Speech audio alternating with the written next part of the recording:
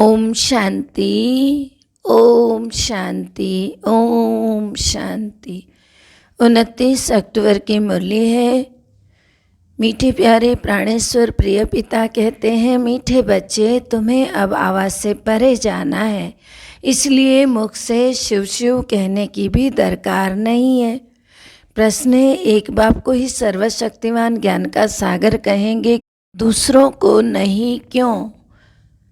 क्योंकि एक बाप को ही याद करने से आत्मा पतित से पावन बन जाती है। बाप ही है जो पतितों को पावन बना देते हैं, बाकी कोई भी देहधारी मनुष्य पावन नहीं बना सकते हैं। बाप तुम्हें रावण राज्य से मुक्त कर देते, तुम शिव बाबा से शक्ति लेते हो। जितना जास्ती याद करेंगे उतना शक्ति मिलेगी और खाद निकलती जाएगी। गीत है ओम नमो शिवाय। ओम शांति, ओम शांति। मीठे मीठे सिकिलते बच्चों ने भक्ति की महिमा सुनी। तुम भी महिमा गाते थे, अब महिमा नहीं गाते हो और ना ही तुम्हारे लिए महिमा की ज़रूरत है। जो भक्त लोग करते हैं वह तुम बच्चे नहीं कर सकते। तुम भगत थे, अब तुमको भगवान मिला है। सबको इकट्ठा तो मिल नहीं सकता है। बाप सबको इकट्ठा कैसे पढ़ाएंगे? यह तो हो ही नहीं सकता है ना। तो यह सभी भक्त भी इकट्ठे नहीं हो सकते हैं। हाँ, बाप को पढ़ाना है ज़रूर, क्योंकि यह राजयोग है। सूर्यवंशी चंद्रवंशी राज्य होना है। बच्चों को भी प्रदर्शनी में समझाना है कि त्योहारों आदि पर भी तुम बहुत अच्छी सर्विस कर सकते हो। तुम्हें अपने लिए ही राज्य स्थापन करना है। तुम शिव शक्ति महारथी सेना हो और कोई ड्रिल आदि तुम नहीं सीखते हो, तुम रूहानी ड्रिल सीखते हो। यह ड्रिल भारत की नामी ग्रामी है। यह है योग की ड्रिल। आत्मा को परमपिता परमात्मा से योग लगाना है, उनसे वर्षा लेना है। इनमें लड़ाई की कोई बात नहीं है। तुम बाप से वर्षा लेते हो, इसमें लड़ाई का कनेक्शन ही नहीं है। तुम हो बेहद के बाप के वारिस, तो बाप का बनकर बाप की श्रीमत पर तो चलना है ना। बाप की मत लड़ाई आदि की नहीं है। बाप सिर्फ कहते हैं, मीठे मीठे बच्चे तुम सतो प्रधान थे, राज्य करते थे। अभी तुम को स्मृति आ गई है कि बाप कहते हैं अपने जन्मों को तुम नहीं जानते हो। गाते भी है ना, 84 जन्म मनुष्य लेते हैं। 84 लाख या तो खैर गपोड़े लगा दिए हैं, परंतु बाबा कहते हैं भक्ति मार्ग में जिसको जो आया सो पढ़ते रहते हैं। ड्रामा अनुसार सबका जन्म कितना है? 84 जन्म। यह ड्रामा अनुसार यह भक्ति मार्ग की सामग्री है, जो कि 84 लाख कह दिया जाता है। तो सतयुग त्रेता में भक्ति नहीं होती है। भक्ति अलग है, ज्ञान अलग है। बाबा कहते हैं ना, तुम बच्चों के लिए सिवाय और कोई ऋषि मुनि आदि की बुद्धि में यह ज्ञान ही नहीं है। उन्हों को यह भी मालूम नहीं है कि सुख अलग है, दुख अलग है। फिर बाबा कहते हैं सुख तो बाप देते हैं, दुख तो रावण देते हैं। जो तुम सूर्यवंशी चंद्रवंशी थे, 184 का चक्र लगाकर शूद्रवंशी बने हैं। बाप स्मृति दिलाते हैं, विश्व के मालिक थे ना। तो 84 जन्म तुम भोग नीचे उतरते तुच्छ बुद्धि तमो प्रधान बन गए हो। सतो प्रधान वाले को स्वच्छ बुद्धि कहा जाता है, तमो प्रधान वाले को नीच बुद्धि कहा जाता है। नीच बुद्धि वाले उच्च बुद्धि वालों को नमस्ते करते हैं। यह तुमको भी मालूम नहीं था। हम ही उच्च थे, अब हम ही नीच बने। बाबा ने समझाया है, जिसने पहले पहले नंबर में जन्म लिया होगा वही फिर सतो प्रधान बनेगा। 84 जन्म सूर्यवंशी ही लेंगे। अब तुम समझते हो हम विश्व के मालिक थे तो पावन सतो प्रधान थे, पतित थोड़े ही थे। विश्व के मालिक पतित थोड़े बन सकते हैं। उन्हों की महिमा देखो कितनी ऊंची है, सर्वगुण संपन्न। 16 कला संपूर्ण। त्रेता में फिर 14 कला संपूर्ण नहीं कहेंगे, केवल 14 कला कहेंगे। सूर्यवंशी को 16 कला संपूर्ण कहेंगे। 14 कला के पीछे संपूर्ण अक्षर नहीं आता है। संपूर्ण 16 कला वालों को लिखना है कि अभी तुम बच्चे 16 कला संपूर्ण बनते हो। अभी बच्चों को समझाया कि यह ज्ञान बहुत ही सहज है, अति सहज है, इससे सहज कोई बात होती नहीं। बाबा रहम दिल है ना, बाबा जानते हैं कि बच्चे भक्ति में धक्के खा खा कर थक गए हैं, इसलिए बाबा कहते हैं कि दिखाया है ना द्रौपदी के पांव दबाए। बाबा कहते हैं तुमने जो भक्ति में इतने धक्के खाकर जो थक गए हैं ना, इसीलिए पांव दबाने के लिए बाबा कहते हैं। बाबा के पास बूढ़ी बूढ़ी माताएं आती हैं, बाबा कहते हैं तुम भक्ति के धक्के खाकर थके हुए, इसलिए बाबा भी तुम्हारी थक दूर कर देते हैं। भक्ति में राम राम जपते माला फेरते रहते हैं। बाबा का पादरियों से भी संपर्क रहता था, पादरी भी बाइबल लेकर बैठ समझाते रहते हैं। बहुत क्रिश्चियन बन जाते हैं, यहाँ माला आदि फेरने की बात नहीं। बाबा कहते हैं अपने को आत्मा समझकर बाप को याद करो। शिव शिव मुख से कहना भी नहीं है, हम तो आवाज़ से परे जाने वाले हैं ना। बाबा बहुत सहज युक्ति से बताते हैं कि मुझे याद करो, याद से ही खाद निकल जाए। और गृहस्थ व्यवहार में रहते हुए, गृहस्थ व्यवहार में रहते हुए पवित्र बनना है। कमल फूल बड़ा नामी ग्रामी है, उनकी बड़ी पंचायत होती है, परंतु फिर भी न्यारा और प्यारा रहता है। तुम भी विषय सागर में रहते न्यारे प्यारे रहो। यह विषय सागर है, इसको नदी नहीं कहेंगे। तुम बच्चे अभी कितने समझदार बने हो, इसी समझ से तुम महाराज कुमार बन जाते हो, इसी समझ से तुम महाराज कुमार बन जाते हो। तुमको तो बहुत खुशी होनी चाहिए, पुरुषार्थ करना चाहिए। बच्चा अथवा बच्ची दोनों की आत्मा को पुरुषार्थ करना है। लौकिक संबंध में बाप का वर्षा सिर्फ बच्चों को मिलता है, बच्ची को नहीं। यहाँ सब आत्माओं को वर्षा मिलता है। बाबा समझाते हैं याद की यात्रा से तुम उच्च पद पा सकते हो। फिर बाबा कहते हैं प्रदर्शनी में पहले पहले बाप का परिचय देना है, उसके बाद बाप का वर्षा, उसके बाद है बाप का वर्षा। पहले यह निश्चय बिठाओ कि तुम्हारा बेहद का बाप है, उनको समझाना है। भगवान एक है, ब्रह्मा विष्णु शंकर भी भगवान नहीं है, देवता है। भगवान पतित पावन निराकार बाप है, उनकी महिमा ही अलग है। आजकल प्रदर्शनी में त्रिमूर्ति पर समझाना होता है। वह बाप, यह दादा, वर्षा उनसे मिलता है। वह निराकार, उनसे वर्षा कैसे मिले? वह है सबका रचयिता। फिर बाबा कहते हैं कि ब्रह्मा विष्णु शंकर भी रचना है, रचना को रचता से वर्षा मिल सकता है। वह तो निराकार बाप है, इस द्वारा वर्षा देते हैं ना।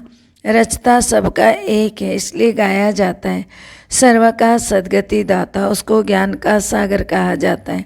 बाकी वह सब शास्त्रों की ऑथोरिटी है, यह है ज्ञान सागर खुद ऑथोरिटी। तो वर्ड की ऑलमाइटी ऑथोरिटी खुद कहते हैं कि मैं वेदों शास्त्रों को जानता हूँ और तुमको सार समझाता हूँ। सब ये है भक्ति की सामग्री, जो फिर सतयुग त्रेता में होता नहीं है। भक्ति से ही सीढ़ी नीचे उतरनी होती है। फिर सर्वशक्तिमान बाप, एक बाप को ही कहा जाता है, उनके साथ योग लगाने से ही हम पवित्र बन जाते हैं। तो सर्वशक्तिमान हुआ ना, हम सबको पतित से पावन बना देते हैं। फिर बाबा कहते हैं रावण राज्य से मुक्त कर देते, तुम अब शिव बाबा से शक्ति ले रहे हो। जितना जास्ती याद करेंगे उतना शक्ति मिलेगी और खाद निकल जाएगी। तुमको दिन रात यह फुरना रहना चाहिए कि पतित से पावन, तमो प्रधान से सतो प्रधान बन जाएंगे। तो बन जाएं, यह फुरना रहे। माया के तूफान तो भला आएंगे। बाबा कहते हैं खबरदार, तुमको रहना है, तुम्हारी माया के साथ युद्ध है। फालतू विकल्प बहुत आएंगे, जो अभी अज्ञान में नहीं आते होंगे कभी भी, वो अभी आएंगे ज्ञान में चलने पर। वह तुम युद्ध के मैदान में हो ना, मेहनत सारी याद की यात्रा में है। भारत का योग नामी ग्रामी है, योग के लिए ही तो बाबा समझाते हैं ना। कि तुम अपने को आत्मा समझकर बाप को याद करो। ऐसे और कोई मनुष्य नहीं समझाता। वह कह देते हैं सब भगवान के रूप हैं, जिधर देखता हूँ परमात्मा ही परमात्मा है। बाबा समझाते हैं तुम आत्मा हो, 84 जन्म भोगते हो। अगर सब परमात्मा हो तो क्या परमात्मा जन्म मरण के चक्र में आते हैं? अगर सब परमात्मा है तो क्यों बुलाते हैं उन परमात्मा को? ऊपर देखते हैं आसमान की तरफ, फिर बुलाते हैं कि ये परमात्मा नीचे आओ। तो आत्मा एक शरीर छोड़ दूसरा लेती है। आत्मा में अच्छे बुरे संस्कार रहते हैं। अच्छे संस्कार वालों की महिमा गाते हैं, बुरे संस्कार वालों को कहते हैं पापी नीच। तो बाबा पवित्र बनने की सहज युक्ति बताते हैं, मनसा वाचा कर्मणा। किसी को भी दुख नहीं देना है, अपने को भी दुख नहीं देना है। कोई भी विकर्म चोरी आदि नहीं करना है। अगर कहाँ झूठ बोलना पड़ता है तो बाबा से राय पूछो। सबसे बड़ा पाप है काम कटारी चलाना, वह मत चलाओ। बाबा कहते हैं बच्चे हाथों से काम करते, बुद्धि का योग मेरे से लगाओ। हाथ कारडे बुद्धि यारडे। माना बाबा सर्जन भी है, सबकी बीमारी एक जैसी हो नहीं सकती है, तो कर्म भी एक जैसे हो ना सके तो कदम कदम पर पूछना चाहिए। मंजिल बड़ी भारी है। अमरनाथ की यात्रा पर भी जाते हैं तो कहते हैं ना, अमरनाथ की जय, बद्रीनाथ की जय। हे बद्रीनाथ हमारी रक्षा करना। अब तुमको तीर्थ यात्रा आदि तो कुछ करनी नहीं है, यह तो ज्ञान की बातें बाप ही आकर तुमको समझाते हैं। उनका पाठ ही है, तुम भी बाबा के साथ साथ पाठधारी हो। जितना जो पढ़ेगा उच्च पद मिलेगा, इसमें कोई भी की बड़ाई की बात नहीं है। बढ़ाई एक ही की होती है जो कि सर्व मनुष्य को सद्गति देता है, सर्व बच्चों को पतित से पावन बनाते हैं। ड्रामा में मुझे भी पार्ट मिला हुआ है। पांच तत्वों को भी अपना अपना पार्ट मिला हुआ है। सो बजाना ही है, धरती को उथलना है, विनाश होना है। तुम्हारा भी ड्रामा में पार्ट है, तो इसमें बढ़ाई क्या है बताओ? राज्य करते करते पतित बन गए। तुम भी पहले क्या थे? बर्थ नॉट ए पेनी। अब तुम देखो विश्व के मालिक बनते हो। यह तुम्हारा पार्ट है, फिर भी हमको ऐसा बनना ही है। इसमें बढ़ाई व महिमा की तो कोई बात ही नहीं है। यह ड्रामा बना हुआ है। बाबा भी आकर अपना पार्ट बजाते हैं तो भक्त लोग बढ़ाई देते हैं, महिमा गाते हैं। वह काम हम नहीं कर सकते। यहाँ तो बाबा को याद करना है। बाबा इस ड्रामा का राज तो बड़ा वंडरफुल है जो कोई को पता ही नहीं है। बाबा हम सत्युग में भी यह भूल जाएंगे। बड़ा विचित्र ड्रामा। ऐसे से अपने से बातें करो। कोई पाठधारी अच्छा पाठ बजाते तो ताली बजाते हैं। हम भी कहते हैं मीठे बाबा का, शिव बाबा का बहुत अच्छा पाठ है, तो हम भी बाबा के संग अच्छा पाठ बजाते हैं। कितना अच्छी रीति, फिर भी किन्हों को समझ में नहीं आता तो समझ जाते हैं कि हमारी राजधानी में इन्हों को आना नहीं है। यह भी जानते हैं जो ब्राह्मण थे वही ब्राह्मण बन फिर देवता बनेंगे। देवताओं में भी प्रजा आदि सब बनेंगे। सबको अनादि पाठ मिला हुआ है। सृष्टि भी एक ही है, वह चलती रहती है। God is one, creation is one. वही चक्र फिरता रहता है। मनुष्य खोज करते रहते हैं। देखें मून में क्या है, उनके ऊपर क्या है, उनके ऊपर है सूक्ष्म तन। वहाँ क्या देखेंगे? लाइट ही लाइट। बहुत कोशिश करते हैं। साइंस की भी हद है ना, माया की भी बहुत पंप है। साइंस सुख के लिए भी है तो दुख के लिए भी है। वहाँ एरोप्लेन कभी गिरेंगे नहीं। सतयुग में दुख की बात भी नहीं है। यहाँ तो देखो दुख ही दुख है। चोर लूट ले जाते हैं, आग जला देते हैं। वहाँ मकान बहुत बड़े बड़े होते हैं। सारे आबू जितनी जमीन एक एक राजा की होती है।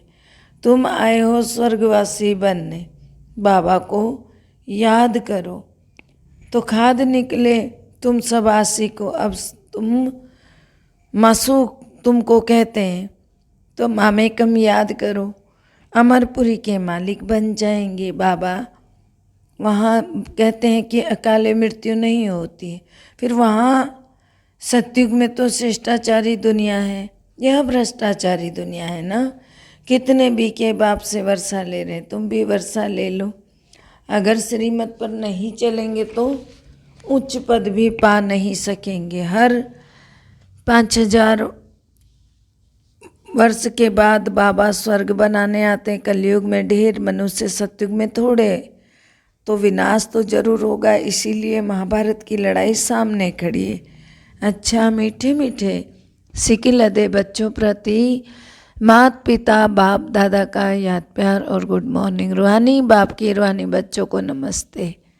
हम रूहानी बच्चों की रूहानी बाप दादा को दिल व जान से, सिख व प्रेम से याद प्यार नमस्ते, good morning, diamond morning, Om Shanti. धारणा के लिए मुख्य सार है। पहला है मनसा वाचा कर्मणा, किसी को दुख नहीं देना है। बुरे संस्कारों को निकाल, अभी अच्छे संस्कार धारण करने, कोई विकर्म न हो, इसका ध्यान रखना है। दूसरा है इस विचित्र ड्रामा में अपने श्रेष्ठ भाग्य को देखते हुए अपने आप से बातें करनी है कि हम भगवान के साथ पार्टदारी है, कितना अच्छा हमारा पार्ट है। मीठे प्यारे बाबा के वरदान हैं, मनन द्वारा बाप की प्रॉपर्टी को अपनी प्रॉपर्टी बनाने वाले दिव्य बुद्धिमान भव। मनन द्वारा बाप की प्रॉपर्टी को अपनी प्रॉपर्टी बनाने वाले दिव्य बुद्धिमान बाबा। बाप द्वारा जो भी खजाना मिलता है उसमें उसे मनन करो तो अंदर समाता जाएगा। प्रॉपर्टी तो सबको एक जैसी मिली हुई है, लेकिन जो मनन करके उसे अपना बनाते हैं उसको, उन्हें नशा रहता है, उसका खुशी भी रहती है। इसलिए कहा जाता है अपनी घोड़ तो नशा चढ़े। जो मनन की मस्ती में सदा मस्त रहते हैं उन्हें दुनिया की कोई भी चीज़ उलझन आकर्षित भी नहीं कर सकती। उन्हें दिव्य बुद्धि का वरदान स्वतः ही मिल जाता है। स्लोगन है, मन की उलझन को समाप्त करने के लिए निर्णय शक्ति को बढ़ाओ। मन की उलझन को समाप्त करने के लिए निर्णय शक्ति को बढ़ाओ। ओम शांति। सबका भला हो, सब सुख पाएं, सब परमात्मा से जुड़ जाएं। सबका भला हो, सब सुख पाएं, सब परमात्मा से जुड़ जाएं। सबका भला हो, सब सुख पाएं, सब परमात्मा से जुड़ जाएं। अंत समय में अपना जीवन सफल बनाए, मुक्ति जीवन मुक्ति को पाए, सबकी मनोकामना पूर्ण हो जाए, शुभ भावना पूर्ण हो जाए।